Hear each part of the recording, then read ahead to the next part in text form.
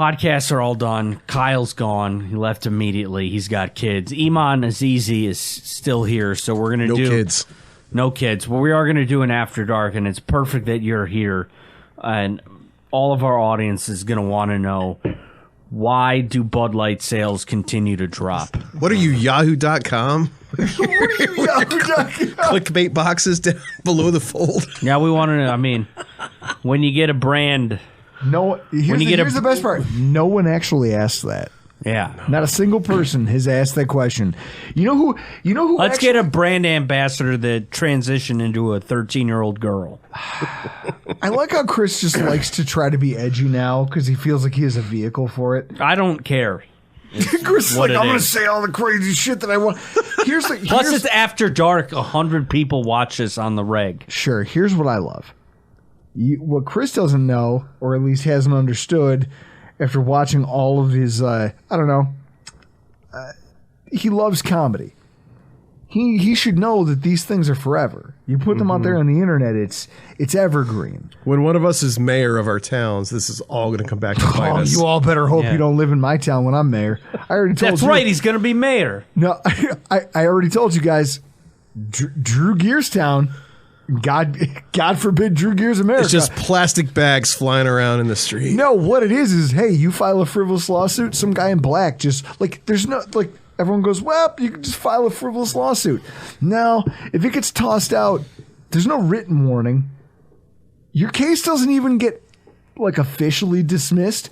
Just one day you're going to check your mail and some guy in black on a horse just rides by and pistol whips you and then sets all your lawn furniture on fire and rides off into the sunset. That's what happens. Wait, who's paying to stable these horses? Is that my tax dollars in Depew? It's your tax dollars. Also, those guys riding horseback are keeping the streets safe. All right. This is my point. I have a lot of ideas, which is why I will never be allowed to win the Powerball. It's why I'll never be allowed to lead. I'm saying when you buy Bud Light, you're also paying for those horses. Greg Thompson and I used to joke around about how he and I would be the perfect political combo because I could be the George W. to his Dick Cheney. And he's like, you're too stupid to be offended. So you could go out there and be the Homer Simpson of this operation and just let people be angry at you. And you don't care. Meanwhile, I'm over here engineering all kinds of nefarious shit and nobody knows. Whew. Chris, here's what I want to talk about for tonight's After Dark. Iman, we talked this week about people getting fired. I feel like between the three of us, we have a lot of life experiences. Chris and I, part of our audience exists because they enjoy us as people. Mm-hmm. They hear the human stories. They hear the things that about Chris and I, and they go, oh, that's interesting. They divulge more than most. Plus, they can probably relate. Smarter than you. I know everything about football podcaster. That got us a lot of traction. It built a large chunk of our audience. And yet in fact, the joke recently, thanks to my wife, has been that you're actually a vampire. Because you have so much life experience that you must be 300 years old, even though you only... And I'll say this, there's a picture circulating the internet today. Tom Cruise standing next to the kid that the kid from Jerry Maguire. Oh, that's right. The picture of Tom Cruise standing next to that kid now, Tom Cruise looks younger than him. Vampires. They're real. They exist among us, and I think Iman Azizi might be one of them. No. I'm just tired. I'm just tired. Iman Azizi is the world's most interesting man. And so I want to ask you, and we're going to kind of go around about this. I don't know, in terms of life experience, you've had your share, right? Yeah, I worked in advertising for 23 years, and I was the son of an immigrant from Iran and a West Virginia coal miner's daughter. This guy's recipe for nothing but success, right?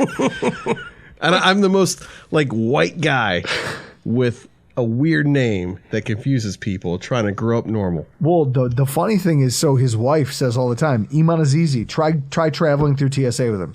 She goes, we get pulled over all the time. Just based on his name. That literally happened on the way back from Germany. We got in Chicago. We're together, and they pulled me aside and put me in the immigrant line. And I was behind these Swedish people who took a long time to get to America. This guy separates me and Bridget's like, what's taking you so long? Like on the other side of the border. And I finally get to the guy after 15 minutes, and the guy goes, why are you in my line? Go, American. You're like, I didn't do shit. I didn't do a goddamn thing. Here's a question. If you had to say your best story, like if there's a story that you could tell that no one would believe, like I've heard a lot of them. Like, how about this one, guys? Like we talk about the Grills Mafia stuff. Here's something you don't know. He beat Myron Mixon, who is the Tom Brady of ribs at the American Royal. Yeah. And Myron Mixon didn't believe that he was beaten by a guy who was cooking on a Weber Home Smoky Depot Mountain cooker. Yep. And I shipped that thing back to St. Louis and was like, oh, it ended up, I don't know where it went. I still cook on that thing. I shipped it, guys. I don't know what happened. No, I cooked if you look it up, I cooked for Cabo Wabo in 2018 or 19. There's a YouTube video. And I placed really damn well. I did awesome in that competition. I got like 28th ribs in the world. And that was like, I've won a few trophies. I won a few things. That was my most favorite win, was 28th in the world in ribs, because I looked at who I beat. He's like, Myron Mixon, and he's pissed that I beat him. And he goes, wait a minute, you did it on that? Yeah. I gotta reinvent my whole process here, because fuck this can't happen. It was me and my buddy Joe, who was just tired and grumpy, trying to help me out. And like, I slept outside.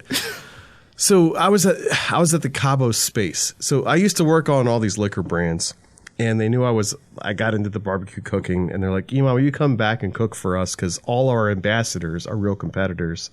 It's like, yeah, I'll cook for the brand. So I did it. I got one buddy, and he was pissed that you asked him to do it. But he was like, it's like, Chris, it's like the guy who you asked to help you move. Yeah, no one wants to do this shit. Like, no, fuck you. But also, it's like you and me, Kyle Trimble. From earlier's recording, helping him move in that snowstorm, Chris, when we were trying to drive the U-Haul up the hill.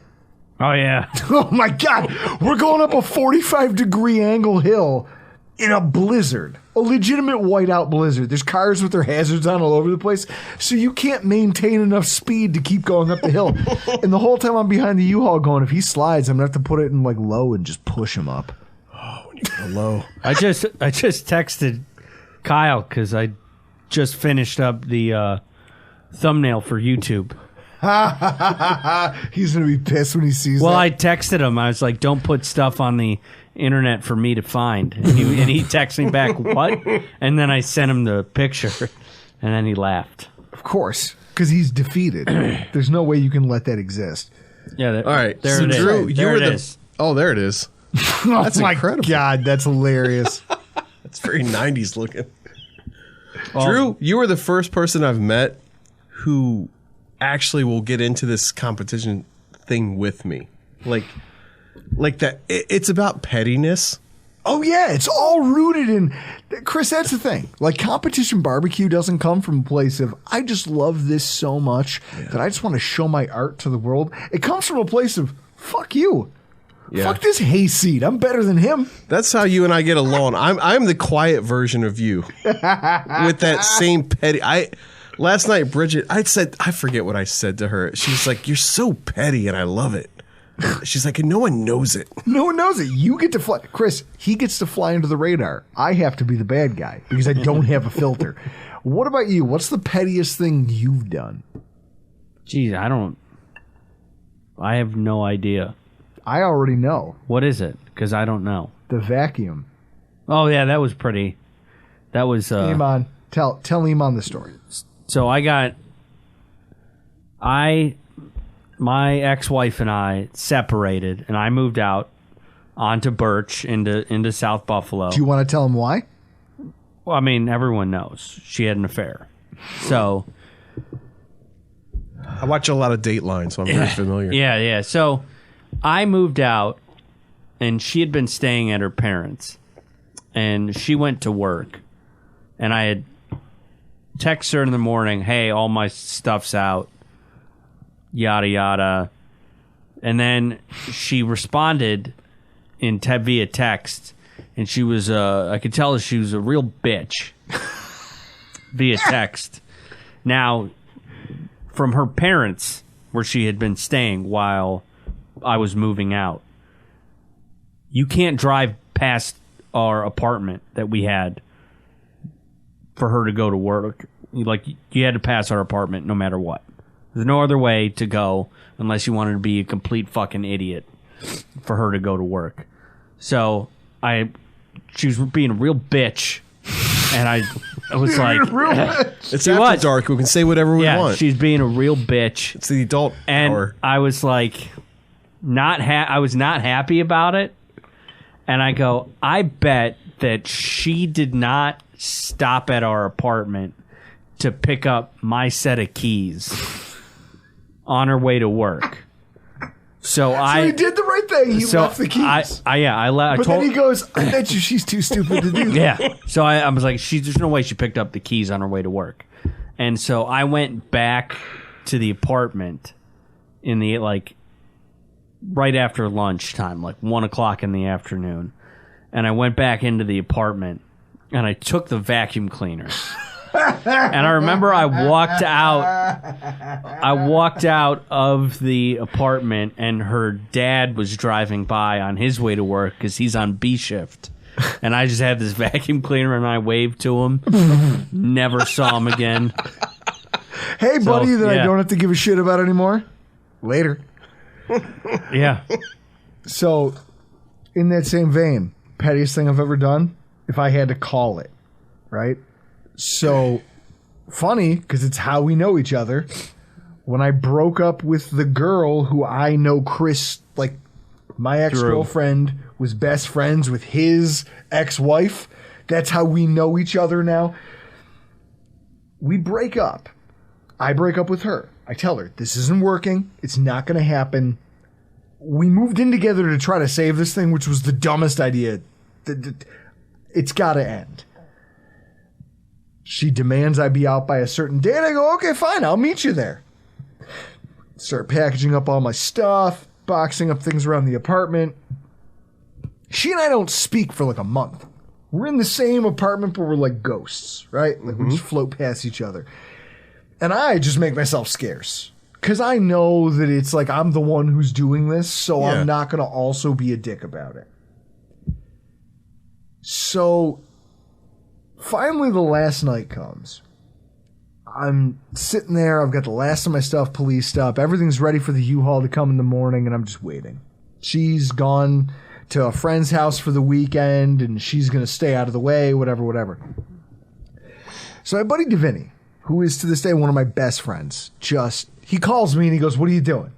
I go, oh, I'm just sitting there. I'm drinking a couple beers. I'm going to stay. And he goes, the fuck you are. I know what you're doing. You're moping. And I'm not going to let that happen. You're coming out with me. You can sleep on my couch. And he took me out. We had a great night.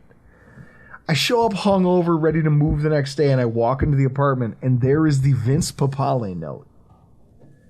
There's a fucking note. This broad came back looking on my last night in the apartment. Thank God I left. She came back looking to fight with me one last time. Since I wasn't there, she decided to leave me a letter. Literally describing, you guys remember from the movie Invincible, how she wrote on a piece of paper, you're nothing, you'll never be anything. She wrote about how I was a minimum wage. Now, I had just lost my job at the bank.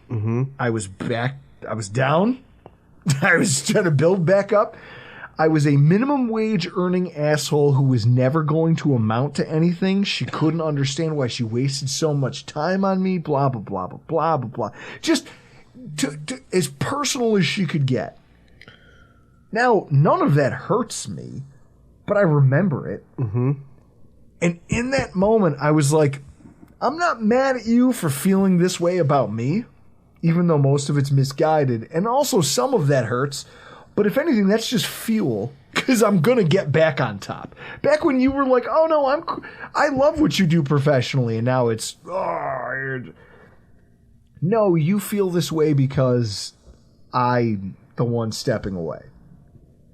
I get it, but I couldn't let it go because I'm petty. Mm-hmm.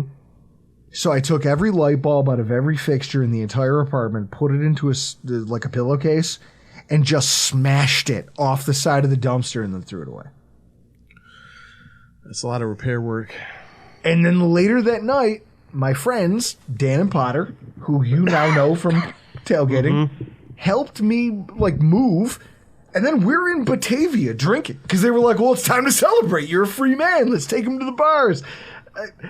And I'm out at the bar and I see my phone start ringing and it's my ex. And I don't answer it. 30 seconds later, she calls back. She called probably about 26 times that night. And I ignored every single one of them, and it was the best feeling on earth. Was it over after that? Oh, yeah, no. I saw her once. I was going to pick up food from a bar that we both frequented. She was there with another dude. Larissa was waiting out in the car. I laughed. I walked in. I was like, hey, you. She looked like she saw a ghost, and all I did was tell the bartender, I'm like, send her back. So back her and whoever the fuck that is up over there. Give him a drink. I'm out. I'm the man. It's fucking rules. Pettiest thing you've ever done. Petty? Chris has had his. I had mine. You seem too nice to be really... You have to go far to really piss me off. And that's what I love. And when you do, I go really dark. Yeah. There was a place that tried to screw me over. They didn't want me to. They were pissed I didn't want to work at their agency, and so they tried to blackball me in town. So I turned them into the IRS. Chris, that might be the most ruthless screw. And it fucking worked. Because they got someone audited. They were holding on to everyone's retirement money as their own cash flow. And I knew that's what they were doing. Oh, you can't do that. And I got them fucking caught on that. Oh, no. So, and I'm still looking for other ways to fuck that motherfucker over. Whenever there's an opportunity, I'm there. Chris, this is the Pettiest Bills podcast, isn't it? Yes. We're all... Hey, listen, we're not terrible people. We're just not great. Can I finish up my story real quick? I'll do this in 30 seconds, Chris. That American Royal cook, I never went back to my house or whatever. We had an Airbnb. I slept on an outdoor couch on a bench in the fucking park on asphalt. And I hung out with a security guard from 10 p.m. to 2 a.m., and he just told me about his gambling problem. I get up and I prep the brisket and I put that on. I prep the pork butt. I put that on. We get to 5 a.m. The sun starts to rise. That is why I'm so proud of where I placed in that. Going back to that story of I slept on a bench that night talking to a gambling addict, security guard, and I crush people in barbecue. Hell yeah, that's what it's about. That's, in the words of Will Ferrell, that's how you debate. And that is how you podcast after dark. Guys, thank you so much for showing up. We got to get the hell out of here. Chris Kruger, Iman Azizi, Drew Gear.